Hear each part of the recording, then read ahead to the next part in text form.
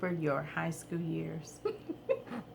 Now, granted, it could have been a long time ago or it could have just been yesterday. Hey guys, this is PM Mathis, your global indie author distributor, and this is high school years. Making friends then versus now. Okay? So I'm just going to be real quick. I just want to jump on here and just, give you a little bit of insight of who I am, why I do what I do, the passion behind, my Facebook page, and my passion for single mothers. Why? Because I am one. Okay? But I also want to give you a little bit of background in every, video that I make of who I am, why I'm showing up at this, season of my life. You see all the gray hair. Well, I started graying early, so we can't even go by that. But why I spend the time to have the conversations, why my intention and my motivation is to always to help you encourage with encouragement and inspiration. First, it has to start within, right? It has to get here, then it rests here, right? Because as mothers, sometimes we don't know the great job that we do. We don't give ourselves enough credit. So me telling my story, I pray, will give you the voice to tell your own, okay? So I also like to give you these little bitty key pieces about me so you'll know that every portion of your story makes a difference and more than likely can make a difference in somebody else's life, if not your own, to figure out, how you have come to be where you are right now and how you look at things now differently, because making friends back then was all about a different kind of social scene. I know when we say social now, it don't mean what it did back when I graduated, which I graduated in 1990. Okay? I know. You're thinking, oh my God, Pam, you don't even look like it. I know, thank you. Okay? But I did.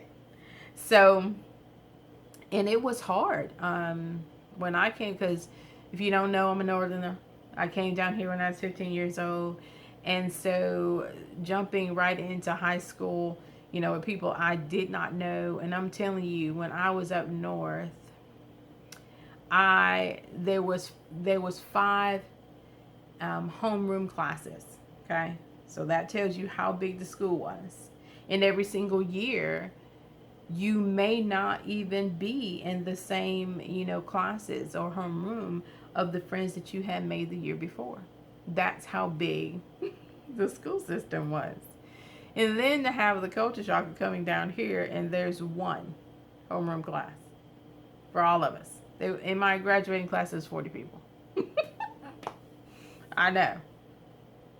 And so it was a culture shock. And that first day that my mom, took me to school, I was just like, oh my God, you're not going to leave me here, are you? Okay. And it was a traumatic experience, right? And then I had in my ear, my uncle, told me the story about, oh my God, it's so tough down here, academic wise. But what I found, that's so not true. And maybe it was just the school that I went to, because I went to Cortland, and which was a predominantly black school, which is another culture shock, because the school up north, it was like 5 of us being bussed into this predominantly white school. So as you can see, I had a lot of culture shocks at that point, but I made it through.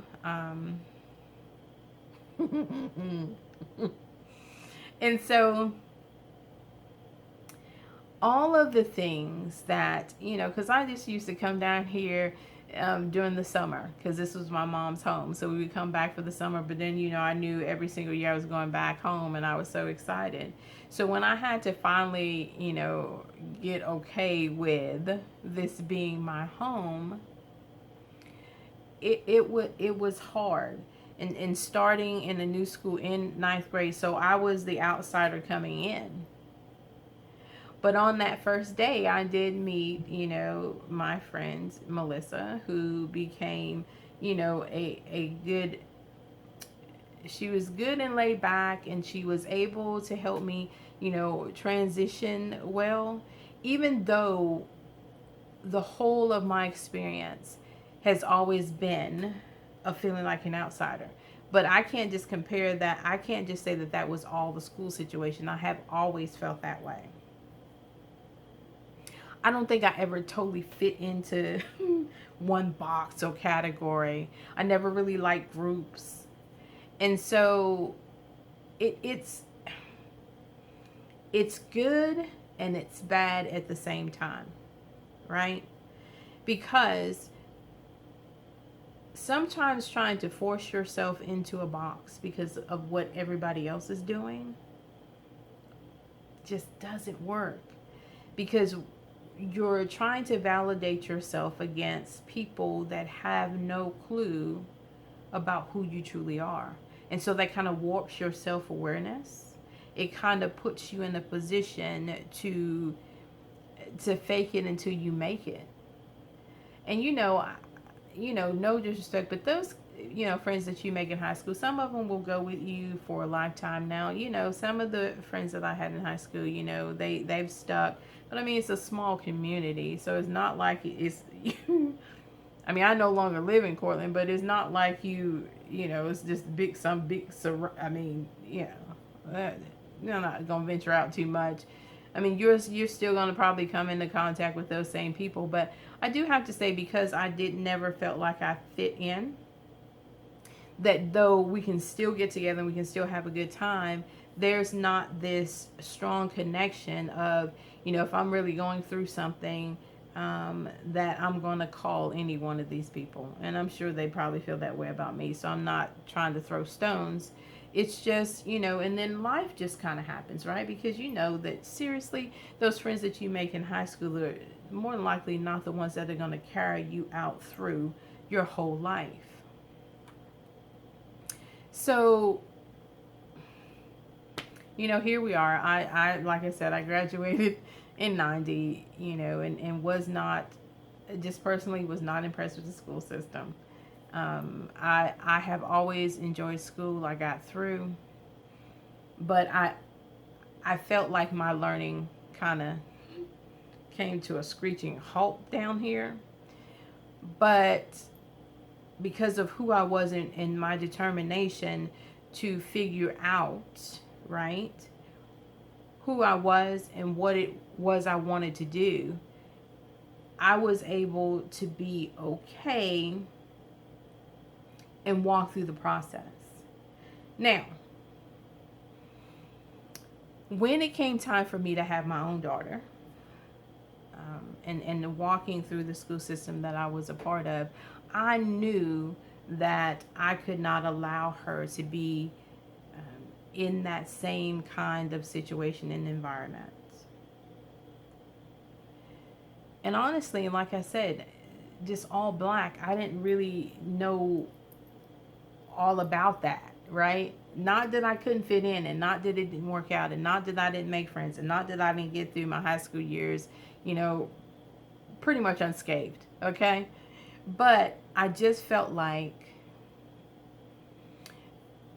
as I was bringing my daughter up, knowing, because I did not have the same kind of stigmas as, some people do about black and white issues, I could go across the board. That's why I'm definitely, of the mindset of building globally and not just locally, or, the people I know, because there is a message that we all carry. Because remember, your voice matters. That's my podcast. I want you guys to check that out, because I think you'll really be blessed. Everybody's voice makes a difference. So for me, I had to give my daughter a fighting chance, because I wanted her to be diverse enough where, as you walk into the world, you can't just walk in with blinders on, thinking that everybody that looks like you is the only people that you're going to have to be involved with, have conversations with, walk through this life depending on. And I don't. So carrying a thought process that just kind of keeps that would keep her bound was just not what I thought was best. So for me, I did the necessary things to make sure that I could decide what school I put my child in. And so when my child was in kindergarten, she got into, she was tested for the magnet program. And so now, I'm not condoning this, but this is just part of my story, okay? And I tried to actually legally do it the right way. So when my daughter was younger, I called to find out what I could do to get her into a school. Now, I didn't know anything about zones and all of that kind of thing, okay? I'm first time mother, just trying to do, understanding what the school system was like that I had graduated from, and not wanting my daughter to be in that situation. I decided, okay, let me do something else. So I called, I think it was the State Department, not the State Department, the school department or something. I called one of the entities, and I was told that Decatur didn't take students from Lawrence County or Limestone. I was like, okay, what does that really mean? Well, I didn't let that defeat me, right? So what I did was, in order to get my daughter into kindergarten, I just used my cousin's address because she lived right up from the school. Got her in, and at the time, I was not working, so I had the ability to bring her back and forth. I'm from Portland to Decatur, and so Tequila got tested to be a part of. That's my sweet mom, by the way. A part of the magnet program, which is something that I was accustomed to when I lived up north. We just called it the Metco program, which where we inner city kids was bused to the suburbs, and that's how that all played out, because I watched my mom do that for me. So I had to figure out how to give my daughter the best education. And so here we go. She was tested to be a part of the magnet program. To me, it is very important how you set your kids up to get them through their high school years. So I had to make sure that my daughter had a foundation where she would be well-rounded, where she would grow, that she would be challenged, right? So once she got tested and got into the program, well, then I made the choice to move to Decatur. And so as long as my child was in elementary, where I stayed didn't matter, okay, in Decatur. But then, like I said, here we go, there are zones. So when she got into middle school, I had to decide whether I wanted her to go to a predominantly black school. Still, it's in Decatur City, but it's still in the South. Okay, I don't think I need to say any more about that. But if I do, just put something in the comments and we'll have a discussion about it. And so I made the choice to move within Decatur. I made a call to that same department to say, hey, if I rented at this place, could I get into this school? And I was in that zone. So I made the choice for my child to go to a culturally diverse school, okay? And so because I really do think that it made a difference in her high school years. And not only did I do that, but I also made sure that I was preparing her for every single year of her school years. And as parents, that's just what we have to do. It's not just necessarily just sitting them down in front of something. You got to make sure that they're prepared. You got to have a conversation with them. You got to include them in some decisions. Because there were points in my child's school journey that I let her make decisions. Because why? Because we as parents can't force. I mean, we can at certain stages.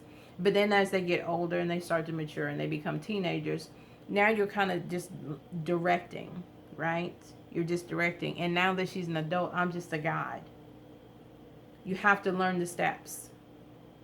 As children, we are the they hear us, they do what we say. I don't know what else to tell you. As they become older and they can make decisions and you're watching them, you have to see where they are. And this is exactly what the school system does, right? And we also understand that sometimes all school systems are not created equal, okay? And so as the parent, you have to step in. You have to make some decisions. You have to watch your child. You have to know, who they are and who they're going to be around and what kind of influence they can have, right? It's about the friends then and now.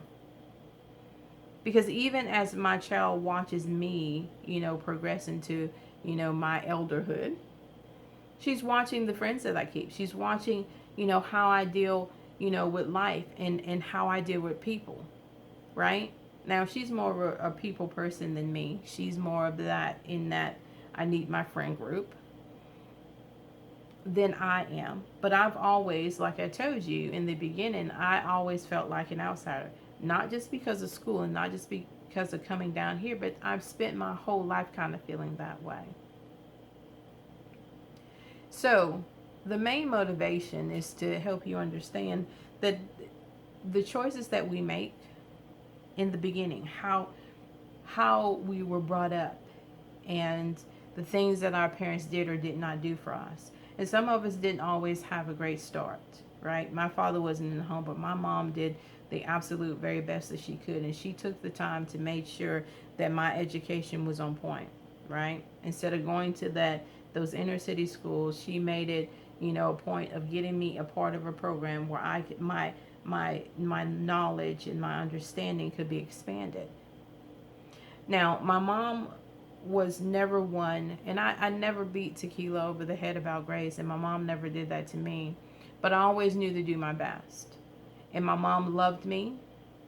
If that best was a C, and she knew that I did the best I could, and I appreciated her for that. And then as it related to Tequila, now I probably, Tequila was just, more aware, more wise, and able to grasp things a lot better than her mommy. So for me, I didn't have to do a whole bunch of watching over her or did you do your homework and all of those kinds of things, because both my daughter and we are lovers of education. My mom was a lover of education. So that's just kind of the line that we were in. And so because my mom made those choices, I had to make the choices that I made for my daughter. And so going through the high school I went through, I just knew that was not a good situation for my daughter. And so we make the changes, we make the adjustments, we do the things that are necessary to do. Now, my daughter has done well. She has graduated, and she is now working in the field that she wants to work in. And so I am grateful for the choices that I made. I'm grateful for the choices my mom made. I'm even grateful for the opportunity to have come down here, because if I had not come down here, if my mom hadn't, chose to come down here, I more than likely wouldn't have my daughter. Okay. But I also do have to say that if I had still been up north, I don't know that I would have pursued education like I had to down here in the South. Because I really do feel like, the South is, who you know, not necessarily what you know. But in my case and in my situation, I didn't know anybody. So what did I have to do? I had to educate myself. I had to get myself to a place where I felt like that I could stand on my own 2 feet, because I didn't have any backing. Because remember that outsider thing? Okay. Those friends that I did not learn how to make in high school just became who I was as an adult. So, it's just in how you look at things. But I pushed myself enough to understand that And I'm really trying to understand and really have gotten a grasp on, as you know, of course, as I get older, the benefits, of friends. And so that brings me to my oil. I don't know if you can see it, and it's called Friends, because your girl is a lover of essential oils. And so friends, that I did not have back then, right, is now. And also, let me say this quick thing too. The friends I didn't have now had a lot to do with my own self-esteem issues too, okay? So that's another reason why I was kind of on the outside always looking in, right? But now as an adult, because I know who I am and I have that self-awareness, I have the ability to make friends differently, to be discerning, to be wise, right? The oil helps make the creation of friends, mostly for me, done with God's discernment and not out of some selfish need, to make it easier, or to put myself in a mode, or create some kind of self-worth or confidence and awareness that doesn't even make sense to me. But because I have the backing of God, I understand who I am. And so the friends that I make now are the ones that I do keep, the ones that, speak into my life, that encourage me, that motivate me. And I want to suggest that you look for friends like that yourself. Okay? Now, I want to let you know, of course, your girl is on social media. And so this will be on YouTube, of course. I'm on Pinterest, which I sometimes don't even fail to mention, but I am. And I'm also on Instagram and Facebook. I have a blog, Daddy Issues 101, a podcast, Your Voice Matters. And so, if this has been beneficial to you, I always tell people subscribe, like, and share, okay? And if you want a bottle of your very own friends, because you're trying to make some, send your girl an email, okay? P. Mathis.